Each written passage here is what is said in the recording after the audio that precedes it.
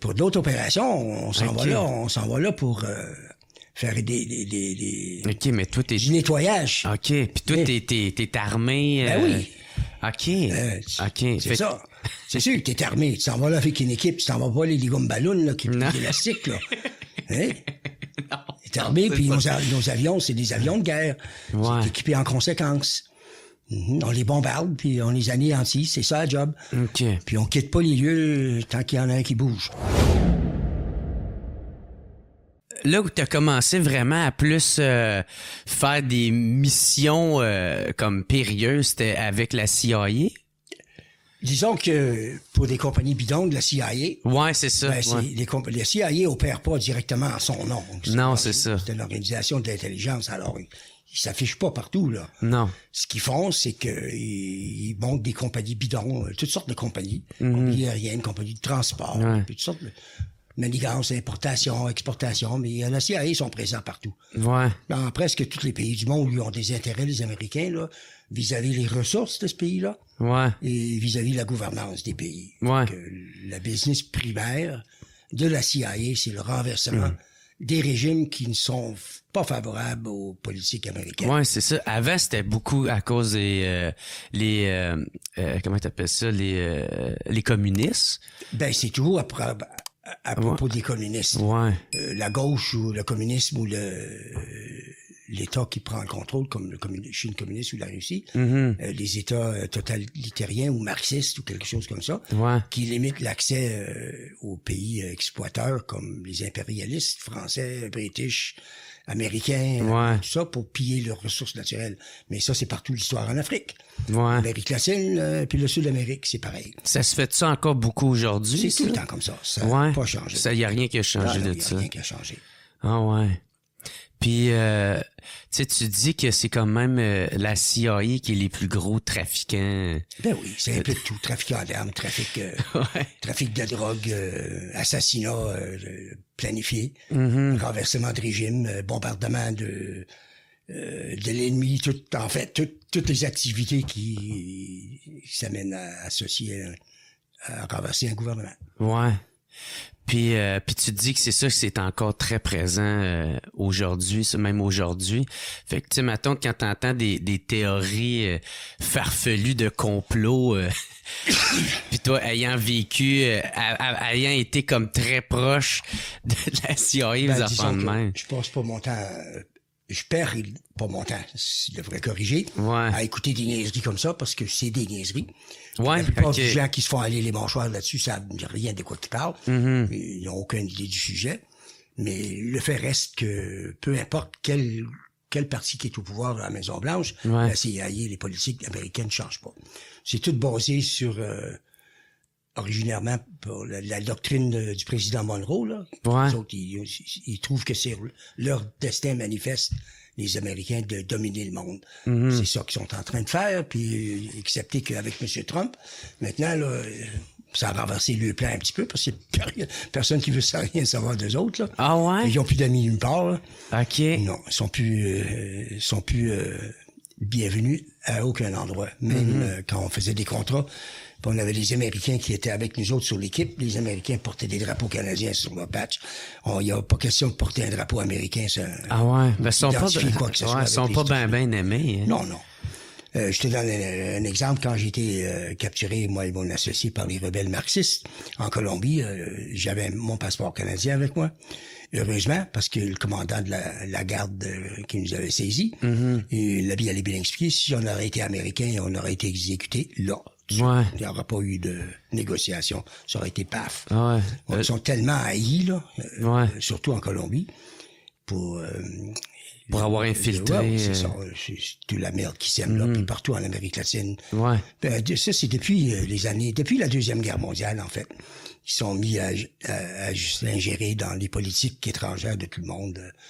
Le Cuba, le Nicaragua, toute l'Amérique latine au complet durant les années 50. Renversement des régimes pour saisir le contrôle des ressources. D'établir des gouvernements marxistes, des gouvernements, c'est-à-dire dictature, appuyée par les Américains. Le Guatemala, le Nicaragua, ils ont installé Somoza. Au Chili, ils ont installé Pinochet. Ils ont installé plein de trous de cul au Guatemala, puis au Salvador, tous ces pays-là, ils ont installé des régimes. Panama, ils ont installé un régime favorable à eux autres, avec Noriega. Ouais. Noriega, il avait été recruté, ce que beaucoup de monde ne savent pas, à l'époque où il était étudiant à l'université à Lima, au Pérou. Il avait été recruté par les CIA. C'était un membre de la CIA depuis qu'il était au collège. Ah ouais. Ah ouais. Puis là, ils l'ont monté comme président de Panama. Ouais. Puis leur but, c'est ça, c'est de pouvoir rentrer dans... Premièrement, ils ont volé le canal du Panama en Colombie en 1903. Ouais, c'est ça. En 1903, ils ont menacé la Colombie. Puis ils ont saisi le contrôle du canal. Et puis voilà, depuis ce temps-là, ils n'ont jamais arrêté. Ouais. Ça change pas, eux autres. Le Vietnam, on parlera pas des millions puis des millions de morts. Puis le bombardement illégal du Cambodge, c'est encore, du Laos, c'est encore tué des millions de personnes. Puis il y a personne qui les a jamais tenus au compte. Les Américains, c'est le régime le plus criminel qui existe au monde. En ce moment, ils ont toujours été. C'est eux autres qui ont au-dessus de 330 bases militaires installées dans tous les pays du monde. Il n'y a pas aucun autre pays qui a des bases militaires installées sur les territoires des autres. C'est juste les Américains. Ouais. Non. Il y a des présences de Russes puis de Chinois partout en Afrique, mais de là avoir des bases militaires installées avec des armes offensives, il n'y en a pas. Ça, c'est les Américains. Ouais. Ils ont installé partout. Puis eux-mêmes respectent pas leurs lois. Non. C'est ça? Non. Parce que toi, qu'est-ce qu'ils te demandaient de faire? C'était pas légal. Non, c'est sûr que c'était pas légal. C'est pour ça que ça se faisait dans le clandestin. C'est ça. Puis qu'il n'y avait pas de lien direct entre toi et eux. Oui, c'est ça. Le trafic de drogue, le trafic de drogue, c'était une minime partie de mes occupations. Ouais. Le monde pense que, à cause des Casey, tout ce que je faisais, c'est que de transporter de la drogue. C'est pas tout à fait vrai. La majeure partie de ma business, c'est le trafic d'armes. Ouais. Ça allait bien les deux ensemble. Dans toute ta carrière, t'as plus transporté d'armes? Ou... oui. OK. Mais oui. Ouais. Puis des insurgences illégales, pas juste du transport de l'arme. Des mercenaires, ça veut dire quoi, c'est des mercenaires? Tu sais, on est entraînés à combattre les insurgences, puis on fait ça de toutes les manières possibles, puis ils font ça avec des troupes, des équipes de commandos spécialistes au sol, puis ils font ça avec des avions. Des équipes SEAL aussi qui font travail sous-marin, etc. Mais ça, c'est plus du côté légit. Mais ça se fait dans le noir aussi parce que tous les ex-militaires se retrouvent dans ces compagnies-là qui finissent toujours par contracter vers la CIA. Okay. Comme les compagnies comme Southern, Evergreen, Air Afrique, Afreter, c'est toutes des big compagnies, Far Eastern Air Transport, Air America, c'est toute la CIA. Ouais. Au complet. OK. Puis toi, vu que tu faisais ça pour la CIA, Non, on s'implique pas dans la politique. Nous, on est mercenaires. On s'en fout de la politique. On se met pas de ça. En autant qu'on est concernés, ils sont tous pourris, nous autres. Toi, t'es juste le pilote, tu sais. C'est ça, c'est le même que tu te décrivais? Je fais juste transporter, that's it. Non, on faisait pas mal plus que juste transporter. OK. Tu combats pas une insurgence communiste à lui faire boue puis faire peur qu'ils pensent qu'ils vont se sauver, là. Okay. Hey, c'est un conflit armé, là. OK. Ben, moi, dans ma tête, je pensais que c'était juste, genre, t'étais le pilote qui transportait de A à B, puis... Ça, c'est pour les vols de cargo. OK. Et pour d'autres opérations, on s'en va là pour faire des OK, mais toi, du nettoyage. OK. Puis toi, t'es armé. Ben oui. OK. OK. C'est ça. C'est sûr que t'es armé. Tu s'en vas là avec une équipe. Tu t'en vas pas les ligum ballons, là, qui est élastique, là. Hein? Non. T'es armé, puis nos avions, c'est des avions de guerre. Ouais. C'est équipé en conséquence. On les bombarde, puis on les anéantit. C'est ça, le job. OK. Puis on quitte pas les lieux tant qu'il y en a un qui bouge. OK.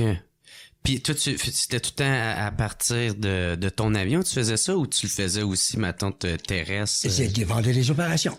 Ouais, ça dépendait, OK.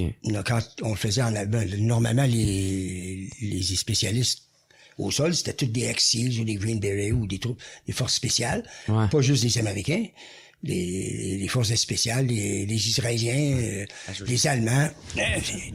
Tous les pays ont leur squad d'intervention d'équipe spéciale. Puis toi, t'avais-tu une formation pour faire ça? Ou, Ben oui, ils font la formation. Oui, c'est régulier. On est reformé. On a du recurrent entraînement courante, là, périodiquement, oui. OK. Puis, mais on est toujours libre de prendre le contrat ou pas le prendre. Ça, c'est sûr. Il n'y a personne qui te force. Ouais. Puis, OK. Puis là, ça a été... c'était comme pas mal au début, ça, de ta carrière? Là? Non, c'est tout à travers. Les premiers vols que j'ai faits, c'était en 73. C'était les incursions au Cambodge, Laos, pour sortir les opératifs. Ouais. Le monde qui opérait là-bas. On rentrait là la nuit, et puis on les sortait d'une façon clandestine pour pas se faire repérer.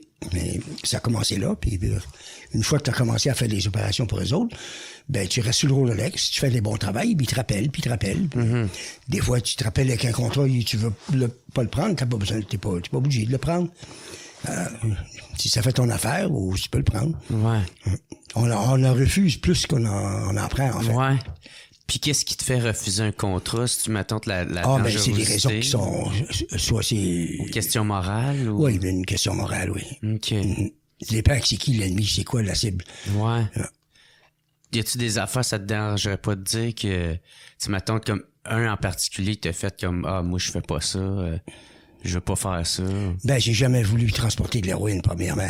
Moi puis mon équipe, on touche pas à ça. Okay. Nous autres, on a une politique, même à ça, quand on trouve la culture d'héroïne, là, quelque part en Amérique du Sud, on les anéantissait. Ouais, t'es bombardé. Oui. Après ça, on passe à la terre pour les acheter. Fait que l'héroïne, tu voulais pas... Puis y a-tu une raison à ça? Ben, ou...